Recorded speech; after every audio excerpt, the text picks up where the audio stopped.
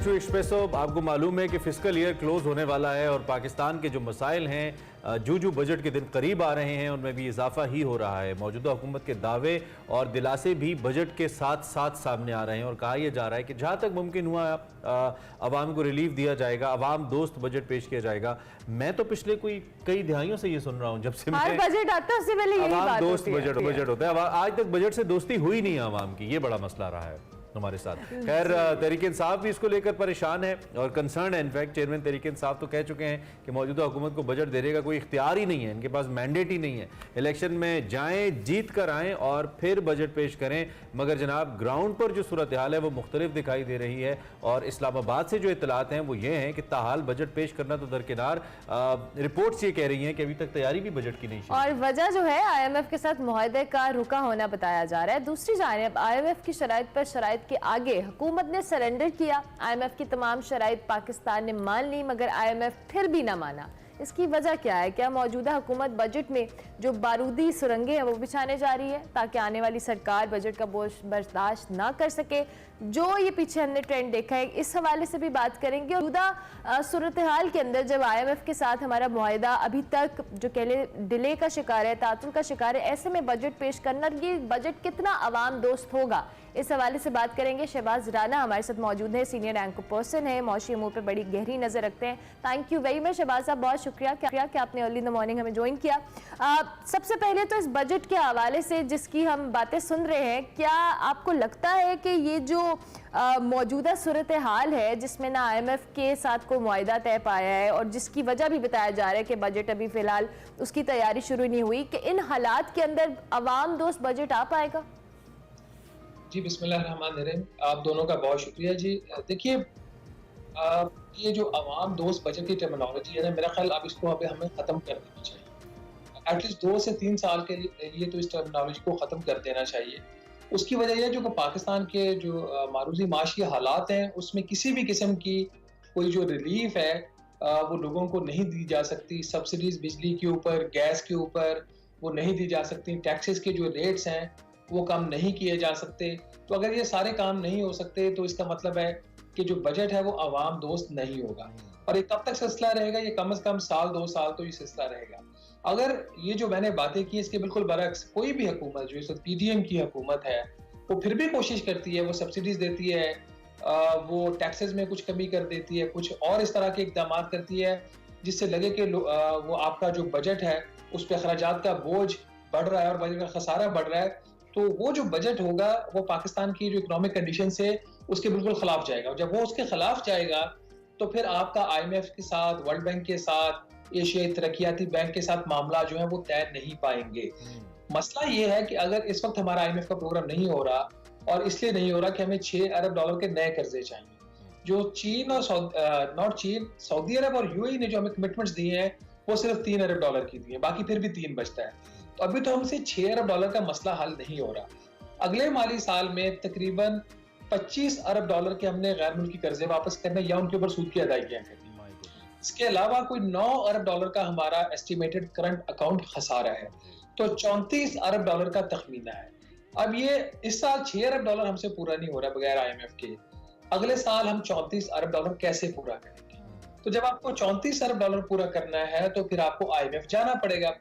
अब मसला ये पैदा हो गया है कि PTI का खदशा ये है कि ये जो हुकूमत है ये इक़्तिदार में अगर रहती है और ये बजट देती है जो हुकूमत देना चाह रही है, तो ये ऐसा बजट देगी जो अपेरेंटली आवाम दोस्त होगा, लेकिन उसका जो नुकसान होगा, जो भी पार्टी आगे जीत के आएगी, जो कि इस वक्त चांसेस आपको लग रहा है कि वेव खान साहब की लग रही है, कोई माने या ना माने, तो अगर इमरान खान साहब जीत के आ जाते हैं तो अगले 6 माह में जब ये हुकूमत इनकी संभालेंगी, इनको IMF जाना पड़ेगा और IMF इनको कहेगा कि जी आप वो सारी चीजें वापस करें जो पिछले बजट में करके गई। तो फिर अनपॉपुलर कौन होगा?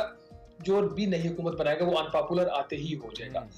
इस वजह से ये जो बजट है ये अहम आपका एक पॉलिटिकल एक पॉइंट बन चुका है।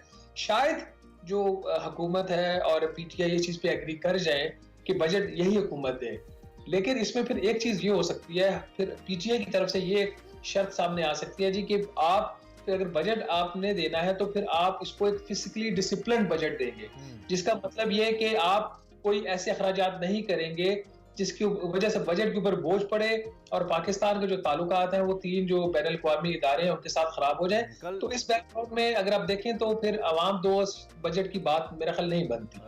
अमेरिकन अवाम दोस्त होगा, हमारी अमेरिका की अवाम है, उनका दोस्त बजट हो सकता है, पाकिस्तान का तो नहीं। कल वैसे हमाद अजहर साहब ने, शहबाज राना साहब स्टेटमेंट भी दी है कि जी IMF को कॉन्फिडेंस में लेके बजट आना चाहिए। और दूसरी जानिब हमने ये भी कल खबरें सोशल मीडिया के थ्रू पढ़ी कि पाकिस्तान तहरीक-ए-इंसाफ वो बाकायदा तौर पर कंसिडर कर रही है कि IMF को मलूज़ खातिर रखा जाए और उनके साथ अपनी जो पॉलिसी है वो शेयर की जाए, अपना जो लाया अमल है ये कहना चाहिए। बल्कि तो आप से अगर हम दोबारा पूछे, इस वक्त ये जो तातुल का शिकार हुआ पिछले एक तो कुछ अरसे से, शहबाज राना साहब, जो IMF से हमारी निगोशिएशंस है वो थोड़ी बैक बर्नर पे चली गई हैं, मीडिया में भी इतनी उसकी धूम नहीं है, और आप तो इस पे आपने बहुत लिखा भी है, इससे पहले बात भी की है। लेकिन दूसरी जानिब ये जो रिसेंट मेमो एक आया है जिसमें कुछ लीक्स के अंदर भी झुकाव पाकिस्तान का दूसरे जो वर्ल्ड ऑर्डर है उसकी जानिब हमें दिखाई देता है, और इसके साथ साथ पाकिस्तान में रिसेंटली कुछ जो बिजनेस डेवलपमेंट्स हो रही हैं उसमें भी सऊदी अरब के साथ साथ UAE, चाइना, इवन रशिया ये ज्यादा सरगर्म नजर आते हैं और वस्त एशियाई रियासतें।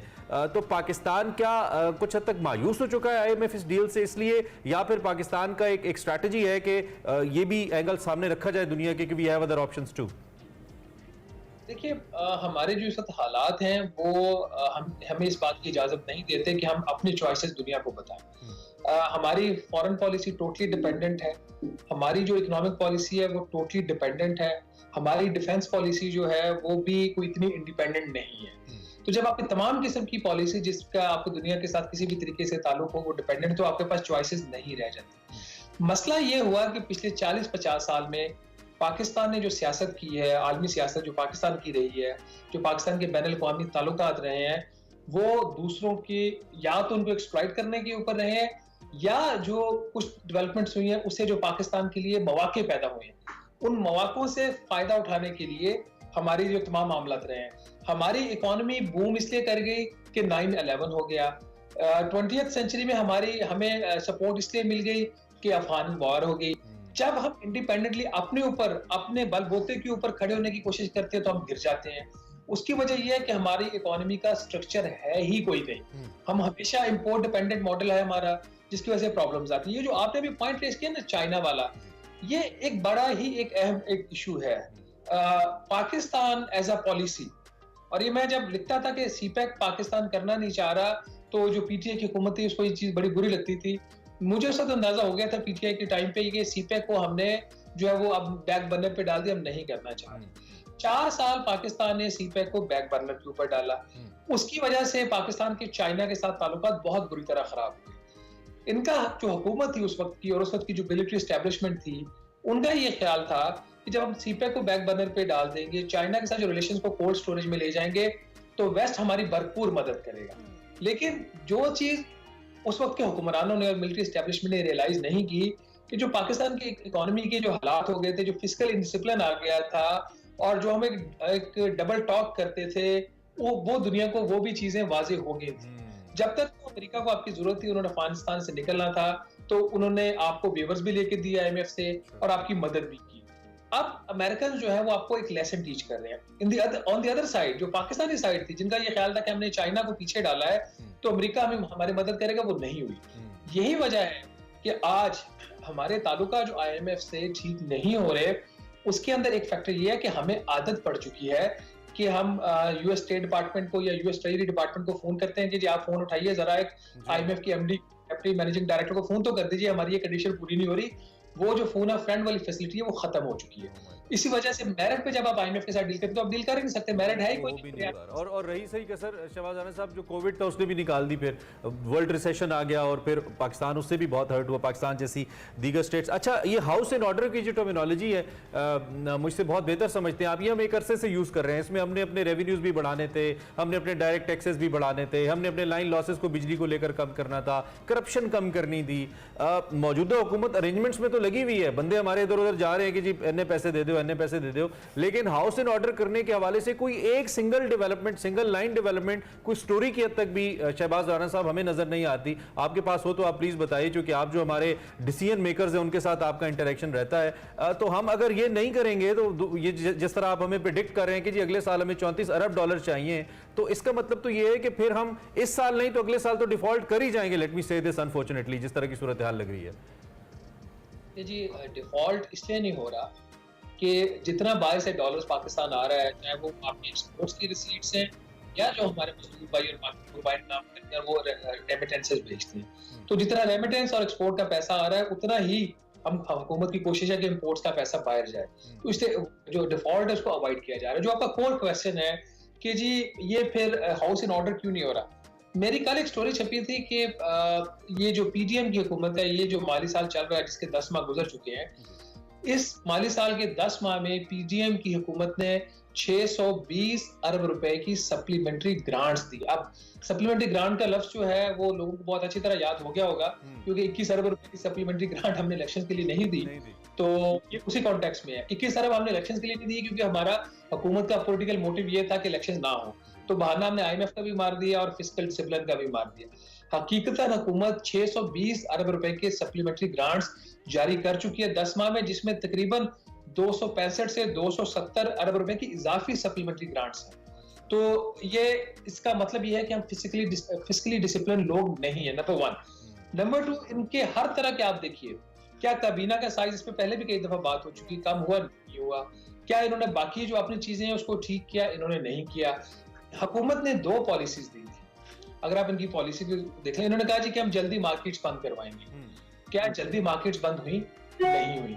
इन्होंने फिर कहा जी कि ऑस्टेरिटी, जो कौमी कफायशवारी की जो एक स्कीम दी थी एक प्राइम मिनिस्टर ऑफ पाकिस्तान ने, वो उसके खुद जो दिजिया बखेरी वो शहबाज शरीफ साहब के ऑफिस ने बखेरी, जब उन्होंने एक सप्लीमेंट्री ग्रांट मांग ली हुकूमत से खुद immediately after the implementation of the austerity policy. Austerity policy में क्या काम हुआ? गाड़ियां उसी तरह में से यूज हो रही हैं, गैर मुल्की दौरे उसी तरह हो रहे हैं। हमारे ऐसे कई फेडरल मिनिस्टर है, बिलावल भुट्टो जरदारी साहब को तो अक्सर मीडिया में आ जाता है, हमारे दोस्त जो हैं एहसन इकबाल साहब, वो भी अक्सर गैर मुल्की दौरों पे पाए जाते हैं। इसी तरह बहुत सारे मिनिस्टर्स हैं, हो सकता है उनकी कंपल्शंस हो सकता ना हो, कुछ उनके एसेंशियल भी विजिट्स होते हैं, जैसे चाइना का विजिट उनको करना था, पर कुछ ऐसे विजिट होते हैं जो अवॉइडेबल होते हैं, जैसे वो एशिया पैसिफिक की कुछ कंट्रीज में गए थे, उनको मेरे ख्याल में उनको नहीं जाना चाहिए था। इसी तरीके से और बहुत सारे काम कर रही है। तो दोनों पॉलिसीज जो इन्होंने सोल्यूशन दिया था टू द इकोनॉमिक क्राइसिस, वो तो इन्होंने खुद वो इसको इनकी वायलेशंस कर दी।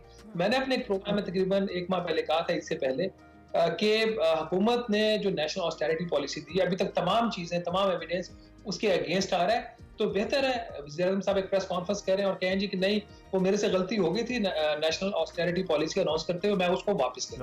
ट्रू, बिल्कुल बिल्कुल।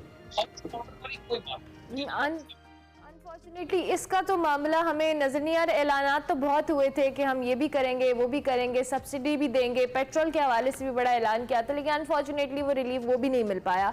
अच्छा शहबाज साहब, दूसरी जानिब अब ये जो पॉलिटिकल अनस्टेबिलिटी है और दूसरी जानिब अब जहाँ पे हमारी इकॉनमी की सूरत हाल है और IMF के साथ हमारा मुआहिदा ऑब्वियसली डिले का शिकार है, 9th रिव्यू अभी है जो होना था जून में, लेकिन अनफॉर्चुनेटली वो भी नहीं हुआ, हो पाएगा ये जो मौजूदा सूरत हाल है। जब तक पॉलिटिकल स्टेबिलिटी नहीं आएगी, बाहर के जो ममालिक हैं या दीगर दोस्त ममालिक हैं उनको भी इस बात का तो आइडिया होगा, और ये एड ऑन फैक्टर भी तो है कि जब तक स्टेबिलिटी नहीं है, वो जिस हुकूमत के साथ बातचीत कर रहे हैं उसका टेन्योर खत्म होने वाला है, निगरान सेटअप आएगा, नई हुकूमत कौन सी आती है, उनके साथ मामलात उनके कैसे चलते हैं। तो ये फैक्टर आपको लगता है कि ये भी बहुत इंपॉर्टेंट रोल प्ले कर रहा है पाकिस्तान की इस इकोनॉमी क्रंच में या जो पॉलिटिकल अनस्टेबिलिटी है? जी बिल्कुल, ये बहुत ही अहम फैक्टर है जिसको हम इतना वेट नहीं देते। शुरू में जब इमरान खान साहब कहते थे कि जब तक इलेक्शन नहीं होंगे, पॉलिटिकल स्टेबिलिटी नहीं आएगी, तो इकोनॉमिक सर्वाइवल नहीं होएगा। उसमें वो खान साहब जब ये बात करते थे उसमें लगता ये था कि उनका पॉलिटिकल मोटिव ज्यादा है, बजाय कि वो जनरली वो इकोनॉमी को ठीक करना चाह रहे हो। लेकिन ये एक बात, एक हकीकत है कि पॉलिटिकल स्टेबिलिटी के बगैर अब इकोनॉमिक स्टेबिलिटी नहीं आएगी। पहले होता ये था कि पॉलिटिकल इंस्टेबिलिटी जो है वो इकोनॉमिक इंस्टेबिलिटी को फीड करती थी। अब वो होना ये शुरू हो गया कि इकोनॉमिक इंस्टेबिलिटी जो है वो पॉलिटिकल इंस्टेबिलिटी को फीड कर रही है। वो कैसे कर रही है? अगर इस हुकूमत को यकीन हो कि कल ये इलेक्शन होंगे और ये जीत जाएंगे, तो ये फॉरेन इलेक्शंस करवा, और ये इनको यकीन इसलिए नहीं है कि इन्होंने पता है कि जो इन्होंने इकोनॉमिक मिसमैनेजमेंट की है पिछले 1 साल की, कुछ तो चीजें जरूरी थी, कंपलसरी थी करना, जो खान साहब ने चीजें खराब की थी वो इनको ठीक करनी थी, जून जुलाई तक इन्होंने करने की कोशिश की। उसके बाद का जो ब्लेम है जुलाई ऑनवर्ड्स का, वो तो सारा पीडीएम का बनता है। खान साहब का तो 3 साल का आपने ब्लेम खान साहब को दे दिया, पिछले उन्होंने जो गलती की थी। तो जो इकोनॉमिक स्टेबिलिटी है, आपका रुपया जो है उसकी कदर का कोई पता ही नहीं वो किधर जा रही है। यूरो रेट के ऊपर कम बात होती है, यूरो रुपये की। यूरो आपका 320 रुपए का, 315 रुपए का 1 यूरो मिलता है आपको। आप कल जो इन्फ्लेशन का नंबर आया है पाकिस्तानी तारीख का, वो 59 years का highest. My goodness. And we have somehow crossed Sri Lanka. हालांकि उनकी इकोनॉमी तो अब थोड़ी रिवाइव कर रही है। एग्जैक्टली जी जी शहबाज, वक्त हमारा, आप इन दी एंड कोई ऐड कर लें, आप प्लीज क्लोज कर लें। जी, श्रीलंका में स्टेबिलिटी अब इसलिए रिटर्न हो रही है, उनका आईएमएफ का प्रोग्राम हो। हम आईएमएफ प्रोग्राम इसलिए अवॉइड करेंगे कि हमने कोशिश करें कि सियासत बच जाए, चाहे जो 230 मिलियन आपके लोग हैं उनका जो भी बुरा हाल है उसकी हुकूमत को लगता है इस वक्त कोई परवाह नहीं। ट्रू। शहबाज राना साहब, सीनियर तज्जियाकार, बहुत शुक्रिया, आपने वक्त दिया। इस कलील वक्त में इतने बड़े मौज़ूआत पे बात हो तो नहीं सकती, लेकिन बड़ा अच्छे तरीके से जो भी समअप हो सकता था, मुख्तलिफ अहम पॉइंट